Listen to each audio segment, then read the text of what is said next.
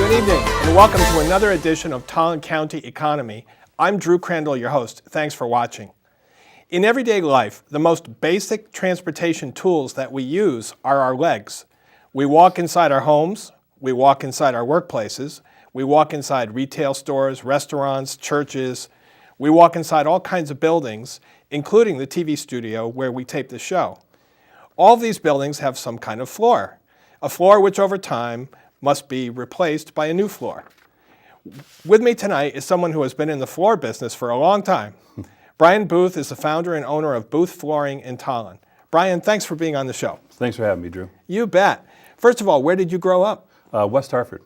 Okay. Yep. So you must have graduated from Hall or Conard? Conard High School. Uh-huh. Yep, class of 80. Yep. Hey, by the way, what do you think of Blueback Square and the transformation of downtown West Hartford? I love it, especially since I get to walk there. Oh, cool. So it's pretty great, especially the wife and I, and a nice summer night. Just walk there, have a little dinner, walk back. Yeah. It's pretty nice. It really turned out great. Yeah, it's amazing what communities can do. Yeah. Think of Yukon at stores. Oh, with now, Store Center. Especially with the changes. Yeah. And it's funny when Blueback was first proposed, all the fighting and the, Right. the controversy, and Right. you see it now. The results are remarkable. Yep. Yeah. So you graduated from Conard, went to Yukon. Yep. And what was your career path after you graduated? Well, when I left school, I was first at a inside sales job in a hardware company. You know, Okay. Monday through Friday, it was a Fasteners Incorporated. It was Oh, sure. nuts and bolts Yeah. and Yep. on the phone, that type of thing. Yep. I did that for a couple of years. Yep. At first. Yep. Well, those are invaluable people skills Yeah. to get on the phone and chat with Right. strangers. And Well, I was very lucky too. The owner of the company was a friend of mine, and took a personal interest in me. He was a small business owner, so in those first 2 years, I learned more in the first 2 years working for this gentleman than in the 25 cents. You know. Right, It was definitely. great. Yeah. Yep. So after that, what happened? How did you end up starting Booth Flooring? Well, my first job in the flooring business, there was a company in Manchester called Inside Outlet. Okay. It was kind of the Home Depot, Lowe's of the day, Okay. on a very small scale. Okay. And they had a division that just sold flooring out of the warehouse to builders, remodel contractors. That's all they did. And I got a job there running that small division for them. So that was like my first job in the flooring business. It was like 1985, 86. So I did that for 5 or 6 years.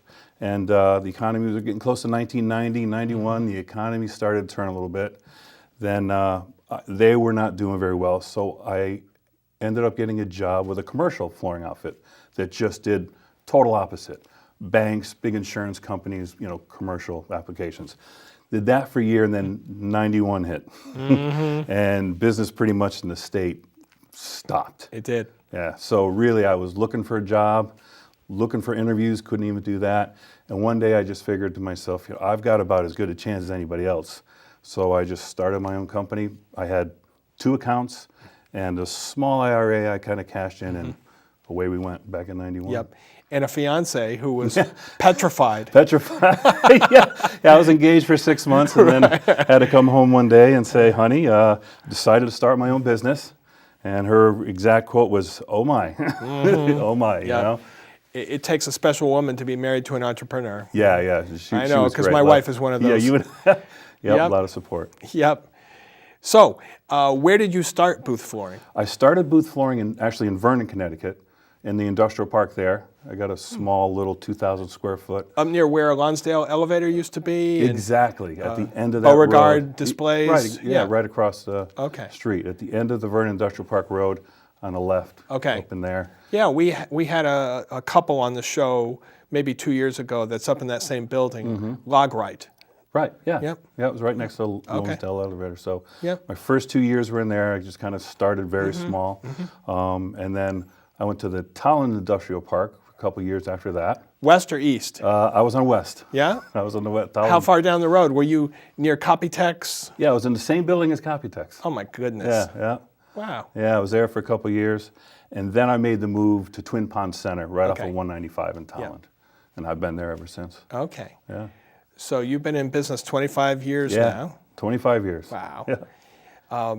What was it like starting the new business, especially during a recession? Yeah, it was in a word, scary.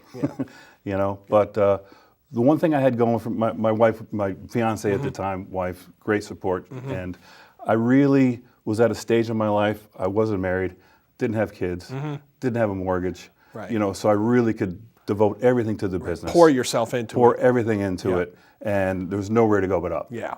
You know? And really, starting a business from scratch is like launching a space shuttle. Yeah. People don't realize how much energy and fuel it takes. Right. It takes a lot of work to get into orbit. Yeah, You total don't just devotion. snap your fingers. No, I know, it's not, not as easy as it may look sometimes. I Yep. guess. Yeah. So what is Booth Flooring? What do you do? Well, what we do is we supply and install finished flooring to builders, remodeling contractors, and private homeowners. Okay. Ceramic tile, laminate, pre-finished hardwood, a lot of carpet. Small commercial jobs will do them as well. But you know, Okay. the whole gambit, will sell it, install it, everything. So where do you find your suppliers of all these materials? All over the place? Yeah, all over the place. But as a small business, I learned very early on, when it comes to your vendors, if you really kind of streamline your purchasing process and try to get as much from one source as possible, you become very important to them. Right. So your pricing, your discounting, your service. It's a relationship. Yeah, it's a real, and you know, small business is all about relationship. It is. You know? Yep. So that was kind of important. Yeah. Same thing with me. I've run my business 28 years. We're still using some of the same suppliers we used the day I started the business. Yeah.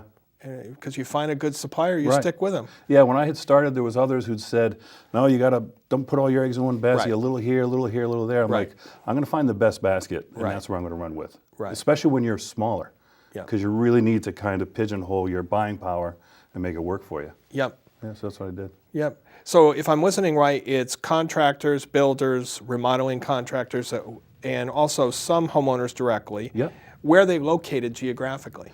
Mostly Eastern Connecticut, you know, Tolland County area. I mean, I've gone as far as New Haven, north of Springfield, but mostly east of Hartford and Yep. the whole gamut from there. Yeah.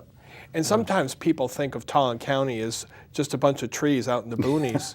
Yeah. I had a client once drive down from Boston. I'm at Lafayette Square in Vernon. He got off exit 67 because he came in on the Mass Pike Right. and took 84 west from Sturbridge. Right. And all he saw were trees. Trees, yeah. And the first question he had when he walked into my office was, why do you operate a business in the middle of nowhere? Yeah. And I smiled and I said, there's a lot of life in these woods. Oh, there sure There is. is. There sure is. And when Yeah. I started 25 years ago, especially concentrating on home builders, Right. all the growth Right. was out this way. Right. You know, Vernon, Tolland, and beyond. Right. Woodstock, that's where everything Right. was happening. Right. For several years, Tolland County was the fastest growing county in Connecticut. Yeah. So- Because we have real estate. Yeah. We have breathing room. I mean, where are you going to build a new house and a new development in Fairfield County? Right, yeah, you're not. Yep. Yep. Yeah. Do you have any seasonal peaks and valleys to your business cycle? Yeah, we're in the valley right now. It's January. Yeah. You know, once the whole Christmas holiday season comes around, you know, things get pretty quiet, and then through January. Yeah. And but you know, we're looking to hope to pick back up by February or Right. so. And you've been at it so long now that you just understand the cycle. It is what it is. And prepare so you for it. plan accordingly. Right. Yeah. You know, it's like being a farmer in Ellington growing corn. It takes months to grow the corn. Right. You just have to understand there's nothing you can do about the cycle. Right, The cycle is the cycle. Right. And that's one of the toughest times too, is when it's getting kind of slow and you feel bad about it and you're kind of questioning yourself. But before you know it, it turns around and you know, then you're too busy again. Yeah. So during the slow season, like the winter, do you get to play drums more? No, maybe a little bit more. A little more drums, go home a little bit earlier. But one of the biggest things we do in January and February is maybe remodel the showroom and maybe spend a little more time with vendors and picking out what's coming up for this year, what's the hottest item, what we're gonna be looking at coming up. Well, that's my next question. What a segue. What are the hottest trends in flooring today? I would say it would probably be what we call luxury vinyl plank or luxury vinyl tile. Okay. And it's actually a vinyl product that either looks like tile or looks like wood. And you know, the wood looks are the hottest thing going right now. Right. So that's probably the hottest thing going because, for example, when you look at luxury vinyl tile, which is a tile, it's not ceramic tile, but it looks like ceramic tile. And you can grout it. But the plus is it's a little warmer, little Right. more flexible, a little more forgiving. Right. You know, the grout. And it doesn't crack like tile does. Yeah, you know, it's a Yeah. little easier to install. It's not And as... it's more aesthetically designed right, with exactly. patterns. Yeah, a little bit easier with the patterns to Right. put together. And we just put in a brand new luxury vinyl tile floor in my showroom with like this Okay. herringbone pattern. It really looks sharp. It's something Wow. cutting edge. How thick is that tile compared to a tile? Yeah, it's only like about 1/4 inch or so. Okay. So again, with the heights now, you don't Right. have transitions problems. Right, So sure. that's kind of the biggest thing going right now. Okay. What about laminate compared to regular wood? Are you seeing a lot of laminate used, or are people migrating back to real wood? Yeah, they're migrating back to real wood. Uh-huh. Laminate is still used, but it's really used more on an entry level, Okay. you know, type of situation. Okay. More of the inexpensive, just cover the floor, whether it be an apartment or a flip or something like that. Yeah. You know, other than that, it's really more the luxury vinyl planks or tiles that people are going with. So you were telling me before we started taping, your business is about 40% carpet and 60% these other materials? Correct. Yeah, what we call resilient flooring. So vinyl, ceramic tile, wood, all that. Yeah. Just out of curiosity, with a typical home, whether it's carpet or some other material, have you seen a pattern in typically when homeowners get tired of it and they've cleaned it only so many times and it just can't Right, be yeah. cleaned anymore? Is there sort of a life cycle to a typical residential floor? Yeah, I mean, the window's got to be 10 to 15 years. Okay. And the one thing that's kind of funny is warranties are like a big thing. So it's life of the home warranty or a 50-year warranty. I never sell and discuss warranties because Mrs. Jones is going to get sick of looking at that carpet in 10 or 15 or 20 years. And we're not going to be talking 50 years or life of the home. You know, it uglies out. From a is the marketing term. standpoint, it sounds great on the front end. Right, Oh yeah. my gosh, this is great. Right. But in practical reality, That's not realistic. It's not important. So I don't like to discuss that, you know? Yep. Yeah. Yep. And you were saying that winter is slow. I can imagine how many people want to rip out a floor before Thanksgiving Oh my God, or yeah. Christmas. Right. Yeah. Or It's a even mad in this rush. weather. Yeah, it's a mad rush right up to Thanksgiving. Oh, really? I literally got a call on Friday before Thanksgiving, someone saying, I need this in before Thanksgiving. Can you do it? You're talking about Wednesday, right? He goes, yep, we did it. You know, we got it in just under the wire. Okay. But then from then on, and I don't blame people. I don't want to be doing a lot of other type of stuff either. Right. The holidays. So you're really a project manager. Oh yeah. Yeah, That's your function. Right, absolutely. Yeah. Yep. So you outsource the installation. Correct, yep. And you coordinate the delivery of the material Right, and the yep. installation, make sure the customer is satisfied. Right, I go out, do all the measuring, troubleshoot the job, you know, transitions, floor prep, set everything up. Cost estimating. All that, you know, Yeah. send the quotes, put it together. Yep. And then go out after and make sure everything, you know, Right. inspection, everything's good. In all the probably thousands of floors you've ever handled Mm-hmm. over those years, do you have like one favorite installation that's just like, you know, this is my lifetime favorite. This was so over the top. I just love this. Right. Actually, the showroom floor we just put in last Okay. week. It's just, it's perfect. And it's interesting thing is because my showroom manager who I work with, she wanted this floor and I was like, it's too complicated. Nobody's gonna want to buy this. It's over the top. We're in, you know, I don't think so. Right. And finally, you know, it's a small business owner, you know, too. You got people working for you. You just have to say, your call. If that's what you want, that's what you want. So I finally said, if this is what you want, let's do it. And it looks fantastic. Wow. Yeah.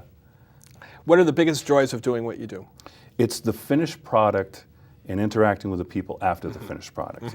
So when you go to see a homeowner and she's been in a house and she's got the lime green vinyl on her kitchen floor that she's had forever and hates it, then you go back when it's done, Drew. I mean, they're thrilled. Yeah. I mean, seeing that finished product and the satisfaction of that, either that or on a commercial job when you first go to measure and set it up and the place is torn out and there's bricks everywhere and garbage everywhere and then the finished product when it's done. That's probably the best feeling of satisfaction. You know? Right. Yeah. What are the biggest challenges? Well, I would say the biggest challenges is probably keeping up with the style trends. It's not just the style trends, but the engineering of the flooring now and how it's installed and the specifications of the prep work and all that. I mean, when I started 25 years ago, there was carpet, there was vinyl, and there was 8x8 ceramic tile. What color do you want?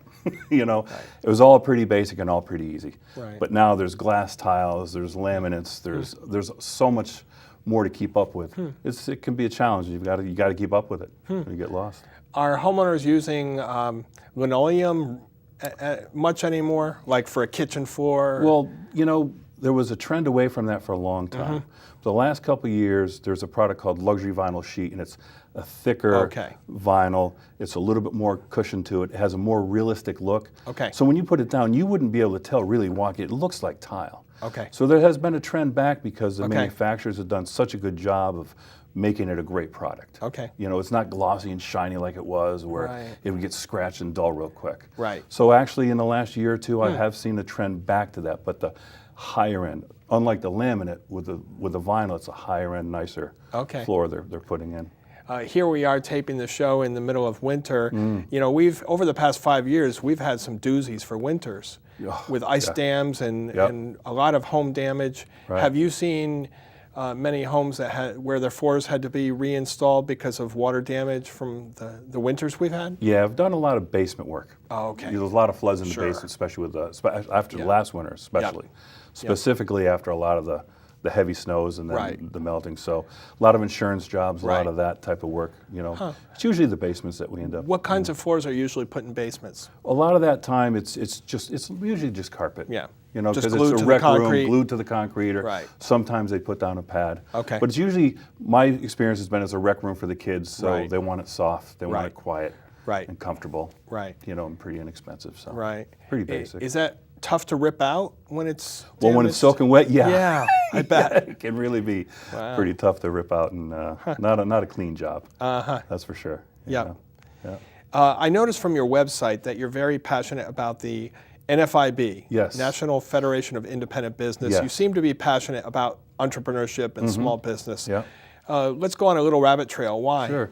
Well, the National Federation of Independent Businesses is the one place I can get a voice.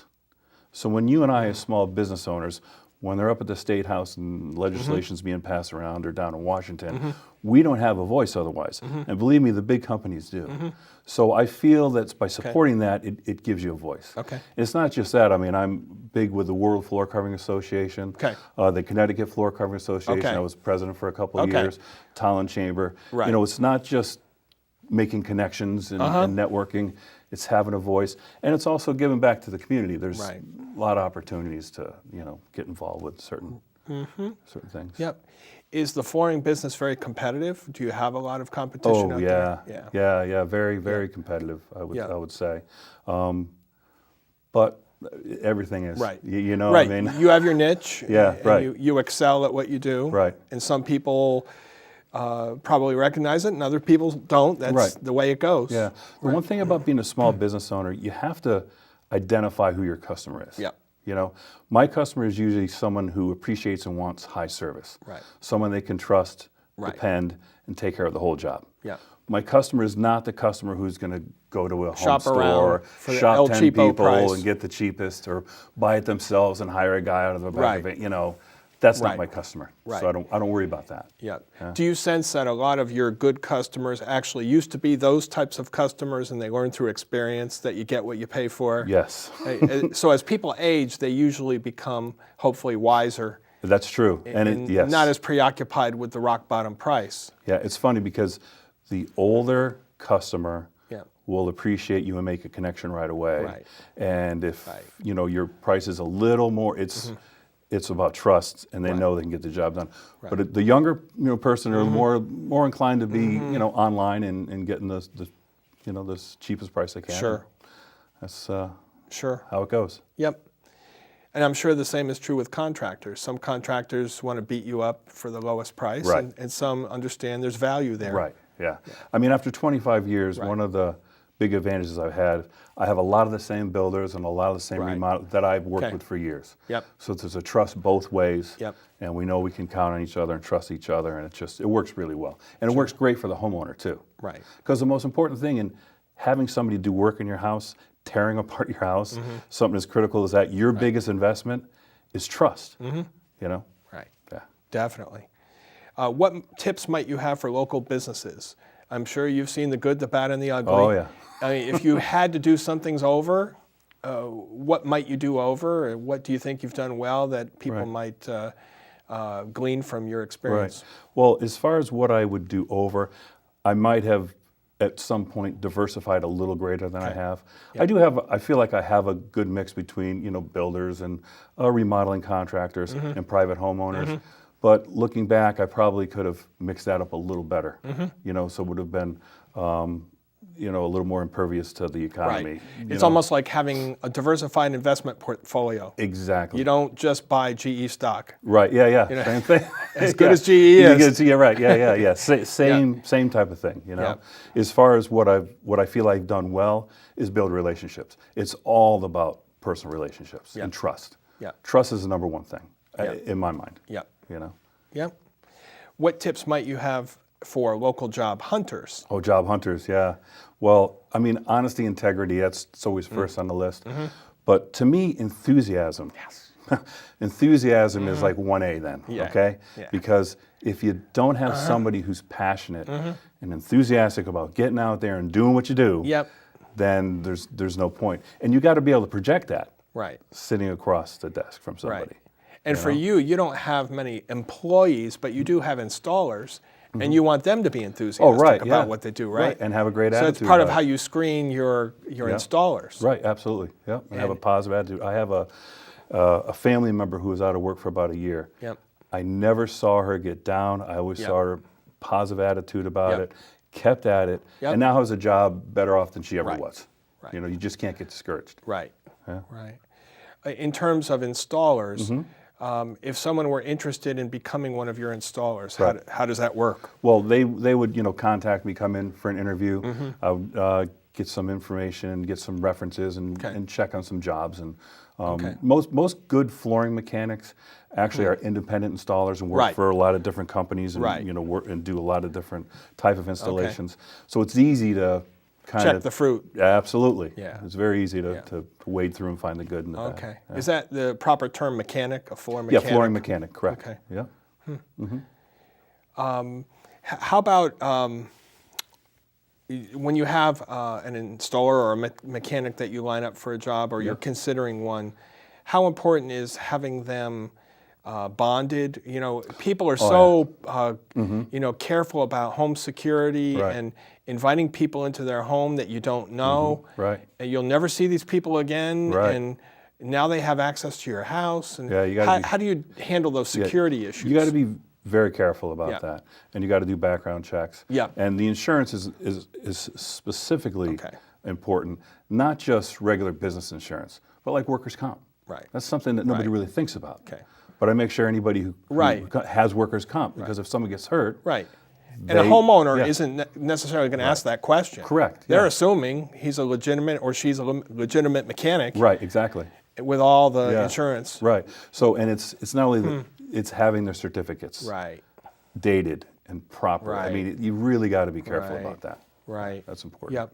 What about state licenses? What's involved in doing what you do? And then I mean, I have a contractor's license, and the guys have a contractor's license, but it's not like plumbing or electricity, where electrical contractors that have to have a specific license to their task. Yep. If someone wanted to learn more about your business, do you have a website? Yes, I do. www.boothflooring.com. Okay. I'm sure people will be seeing that on the screen periodically during the interview, but could you repeat it one more time? Sure will. www.boothflooring.com. Cool. Yeah. Speaking of the internet, how has technology changed what you do and how you do it over these past 25 years? Right. If you think back to the day you opened to today, how has technology impacted it? The way it's impacted it is people walk in the door now with ideas. Whereas they used to walk in the door and say, show me what you got, give me an idea. So now they come in with ideas, which is great because it gets you down the road and it gets the ball going. The downside is there's no reality to a lot of these ideas and the cost. So if someone comes in and they have a budget of X, but they saw a Rolls Royce online. They saw a photo online. This is what I want. Right. That's that kind of makes it a little tricky. Okay. But I would say it's just better educated customer, which is great. Right. And they've got ideas before they come in, which is a plus. Yeah. What about behind the scenes, how you operate the business? How has technology changed how you do what you do? Well, I'd say the biggest thing is my relationships with my vendors. So much more is done online now.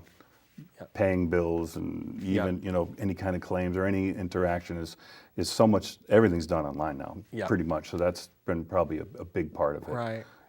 What about how customers pay their bills? Do you do a lot of EFT now, or is it all old-fashioned checks? Or? A lot of just charge cards and checks. Credit cards, pretty much, right? Yeah. And builders and remodeling contractors, pretty much checks. Sure. Pretty much just like that. Yep. Have you ever tried to guess how many floors you've worked on, or how many square feet? I'll tell you, back in the day when it was really busy, I was trying to figure out how many homes one year. Right. And I think I was like at 120 houses I did in like a year or something, which I thought was pretty cool. You know? But I mean, how many floors? He got me 25 years later. Yep. I mean, I had an uncle that was in the glass business, and one from Sturbridge, and one time we took a business trip down to Manhattan. He had never been to Manhattan. Right. And we drive over the Triborough Bridge, and I'll never forget, he looks at one skyscraper and says, "Oh my gosh, that one building has more glass than the whole town of Sturbridge." I mean, do you find yourself being in the flooring business? Like, most people do not really look at the floor, right? And study it unless it's just so spectacular. Right. But I mean, do you find yourself everywhere you go looking at the floor? I mean, just second nature? I'm always head down everywhere I go. I walked in here, I inspected your floor, what you had going on. Yeah, everywhere. Yeah. That's all I look at. Does it drive your wife nuts? Yeah, kind of. It's like somebody being in the shoe business. Right, well, of course, look at the shoes. Absolutely, Absolutely, yep. That's all I do, look at the floor. Any dreams for the future that you see for Booth Flooring? Do you anticipate being at Twin Ponds indefinitely? Or do you see what's up ahead? I'll tell you what, I love Twin Ponds. I'm in the back. Yeah. It's beautiful being out in the country. I've got a beautiful office, beautiful showroom, with a brand new floor, like I mentioned. So I'm not going anywhere anytime soon. Right. But as far as business model and all, a lot of hardwood is really kind of has been a big thing, and I want to do a little bit more than that. I only started really doing pre-finished hardwood maybe 5 or 6 years ago. So that's the next kind of path for us, is getting a lot more into the hardwood end of things. Wow. Well, this half hour has flown by. Yeah, sure has. So thanks very much for being on the show. Thank you, Drew. And I hope you take your drum set out of mothballs. I sure will. Me too. And we thank you very much for watching tonight. Please check out our website, TollandCountyEconomy.com. That's TollandCountyEconomy.com. We have a list of many of the past guests we've had over the past 10 years. And we have an e-newsletter you can sign up for. So we really try to build community, and we want you to know and meet local business owners like Mr. Booth, who do a great job day in and day out, making a contribution to our local economy. And don't forget, as we were talking about, the value of small business. Here in Tolland County, we have 3,000 work sites. And except for a few big employers like Yukon and Gerber, most of them are, the average work site in Tolland County has 13 employees. So there's small business people who are making a difference in our local economy. So support small business, and we'll see you next week.